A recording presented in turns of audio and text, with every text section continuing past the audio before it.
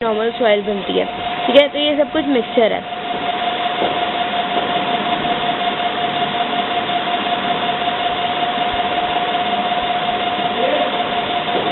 Having two or more kinds of matter।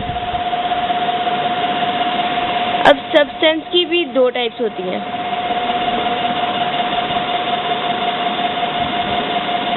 और mixture की भी।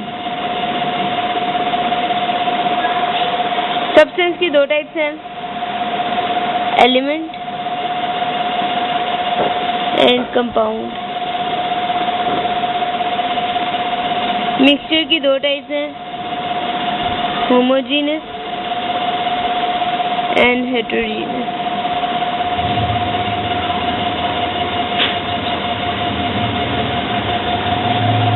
सबसे पहले एलिमेंट क्या होता है?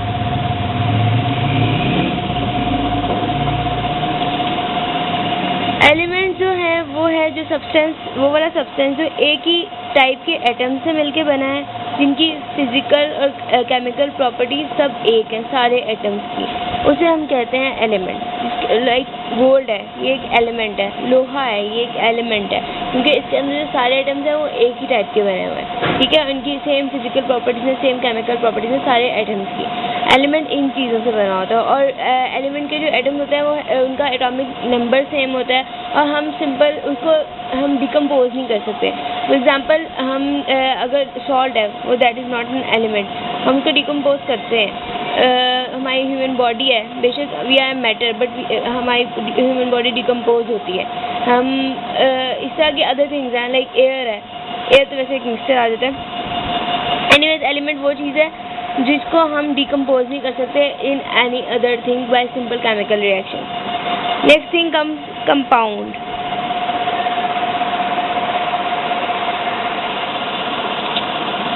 कंपाउंड में क्या आता है कि जब दो या दो से ज़्यादा एलिमेंट्स के एटम्स मिलके एक न्यू थिंग बनाएं, इस तरह कि उनकी अपनी केमिकल एंड फिजिकल प्रॉपर्टीज ख़त्म हो जाएं और वो न्यू एक सब्सटेंस बन जाए, उसको हम कहते हैं कंपाउंड। फॉर एग्जांपल, पानी जो है वो ऑक्सीजन और हाइड्रोजन से मिलकर बनता है। ऑक्सीजन एक गैस है, उसका अलग एक मेल्टिंग बॉइलिंग पॉइंट है, वो एग्जिस्ट करती है as in a gaseous form. हम ऑक्सीजन को लिक्विड फॉर्म में नहीं हमें मिलती। इस तरह जो हाइड्रोजन है वो भी एक गैस है, उसका अपने प्रॉपर्टीज़ हैं, अपनी फिजिकल एंड केमिकल प्रॉपर्टीज़ हैं, but when they combine together to form a compound like water, तो उनकी अपनी फिजिकल एंड केमिकल प्रॉपर्टीज दोनों चेंज हो जाती हैं। ना उनकी गैसियस टेस्ट रहती है, वो पानी जो है वो एक लिक्विड है, ना उनका फिजिकल फिजिकल प्रॉपर्टीज इस तरह चेंज होती हैं, उनका ना बॉइलिंग पॉइंट वो रहता है, ना मेल्टिंग पॉइंट वो रहता है। तो इसके अलावा केमिकल प्रॉपर्टीज इस तरह चेंज होती हैं कि उनके रिएक्शंस विद अदर सब्सटेंसेस जो है ना वो चेंज हो जाते हैं। तो इसको कहते हैं compound. Substance can be a pure substance can be a compound और an element. Now come to mixture. Mixture दो किस्म के होते हैं, homogeneous and heterogeneous. Homogeneous mixture जिनको हम इजीली अलग नहीं कर सकते, जो अपेरेंटली हमें एक जैसी चीज़ लगते हैं। फॉर एग्जांपल, एयर है, एयर में बहुत सारी गैसेस हैं, मगर हम उसको आराम से अलग नहीं कर सकते। वी नीड सम, हम अलग कर सकते हैं, मगर we need some techniques to do this. तो इसको हम होमोजेनियस मिक्सचर कहते हैं। इसका मिल्क जो है उसमें वाइटामिन हैं, प्रोटीन्स हैं, फैट्स हैं, तो ये एक होमोजेनियस मिक्सचर है जो सारे एक, यानी कि any amount of a mixture contains all the things present in it. हम दूध का 1 मिलीलीटर ले लें या हम 1 किलो ले लें, उसमें सब कुछ प्रेजेंट होगा, हम उसको अलग अलग नहीं कर सकते। हम थोड़ा सा दूध दें, ज़्यादा दूध दें, उसमें फैट्स भी होंगे, उसमें प्रोटीन भी होगी, उसमें वाइटामिन भी होंगे, चाहे हम ज़्यादा लें या कम लें, और हम उनको अलग अलग नहीं कर सकते। तो एक ये हो गया होमोजेनियस मिक्सचर। हेटेरोजेनियस मिक्सचर कैसे होता है? लाइक हम पानी में मिट्टी घोल लेते हैं, तो ये एक वो मिक्सचर है, मगर ये हेटेरोजेनियस मिक्सचर है। मिट्टी बाद में बैठ जाएगी, हम उसको पानी को ऊपर से फिल्टर कर सकते हैं। इसका या कोई भी सस्पेंशन हो, उसको हम हेटेरोजेनियस मिक्सचर कहते हैं, जिसमें पार्टिकल्स को अलग अलग आइडेंटिफाई किया जा सके और पार्टिकल्स को अलग अलग ईजिली किया जा सके, उसको हेटेरोजेनियस मिक्सचर। हर सब्सटेंस की अपनी फिजिकल एंड केमिकल प्रॉपर्टीज़ होती हैं। फिजिकल प्रॉपर्टीज़ उसकी फिजिकल स्टेट से बिलोंग करती हैं, और जो केमिकल प्रॉपर्टीज़ हैं उसकी कंपोजिशन ऑफ दैट सब्सटेंस से बिलोंग करती हैं। फिजिकल प्रॉपर्टीज, फिजिकल स्टेट आ गई, लाइक वो सॉलिड है, लिक्विड है या गैसेस फॉर्म में पाया जाता है, उसका कलर क्या है, हाउ इट स्मेल्स, ठीक, उसका टेस्ट कैसा है, हार्डनेस कितनी है उसकी, इसका शेप ऑफ क्रिस्टल,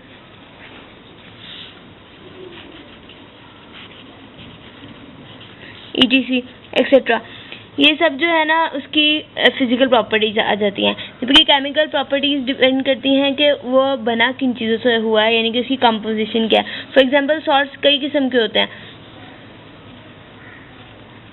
ये कंपोजिशन पे डिपेंड करती हैं फिजिकल प्रॉपर्टीज। सॉल्ट कई किस्म के होते हैं, लाइक NaSO4 है, NaCl है, MgCl2 है।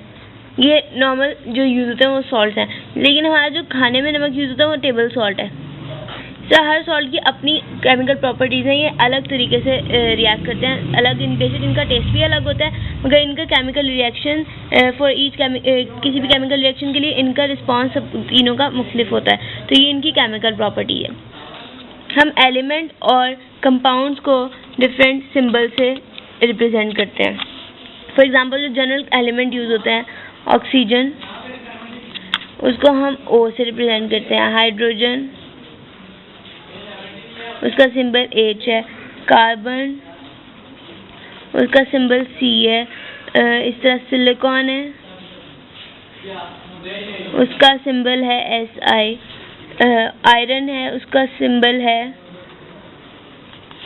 Fe। सिमिलरली सोडियम है,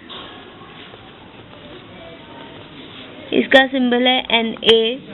फ्लोरीन है, इसका सिंबल है Cl। और नाइट्रोजन है, इसका सिंबल है N। ऐसा हम हर एलिमेंट को एक यूनिक जो सिंबल है, उसका यूनिक आइडेंटिफायर है वो दिया हुआ है, और हम उसके सिंबल से उसको रिप्रेजेंट करते हैं। सिमिलरली कंपाउंड्स को भी उनके फार्मूला से रिप्रेजेंट करते हैं। और फार्मूलाज क्या होते हैं, फार्मूला बताते हैं या उसको शो करते हैं कि इसके अंदर कौन कौन से एलिमेंट किन रेशियोज में पाए जाते हैं। फॉर एग्जांपल है वाटर, उसका फार्मूला है H2O, यानी कि वाटर का एक जो सिंगल मॉलिक्यूल है वो 2 हाइड्रोजन एटम्स और 1 ऑक्सीजन एटम से मिलकर बनता है। जैसे अमोनिया है, उसका फार्मूला है NH3। टेबल सॉल्ट है, उसका है NaCl। इस तरह मीथेन है, एक गैस होती है मीथेन, उसका है CH4। हमारा ग्लूकोज है जो हमारी बॉडी में पाया जाता है, उसका है C6H12O6। ये इसके फार्मूलाज है। कंपाउंड्स को रिप्रेजेंट किया जाता है उनके फार्मूला से, और एलिमेंट्स को रिप्रेजेंट किया जाता है उनके सिंबल से। अच्छा, पुराने ज़माने में सिर्फ 9 एलिमेंट्स लोगों को नोन थे। वो ये समझते थे कि यही जो है सारी चीज़ें जो है ना इन्हीं से मिलकर बनी हैं। वो थे carbon, gold, silver, tin, mercury, lead, copper और आयरन और सल्फर। ये चीज़ें आपको याद रखनी है। और basis of the properties, element की एक और भी प्रॉपर्टी है कि या तो वो मेटल होते हैं,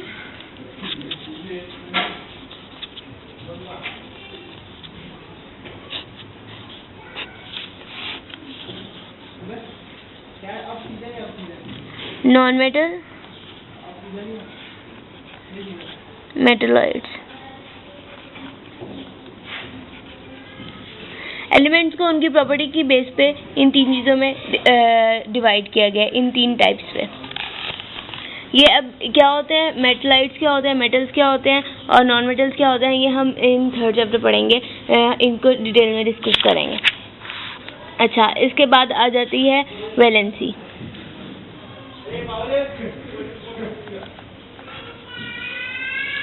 ये भी आपको वैसे अभी आई डोंट थिंक सो कि आपको इसका क्लियर कॉन्सेप्ट समझ आएगा, मगर मैं आपको बता देती हूँ। यू जस्ट नीड टू इसको आपको रिमेंबर करना है, इसको याद रखना है कि वैलेंसी होती क्या है। फिर जब आप 3rd और 4th चैप्टर पढ़ेंगे ना तो आपको इसका कॉन्सेप्ट सही तरह क्लियर होगा।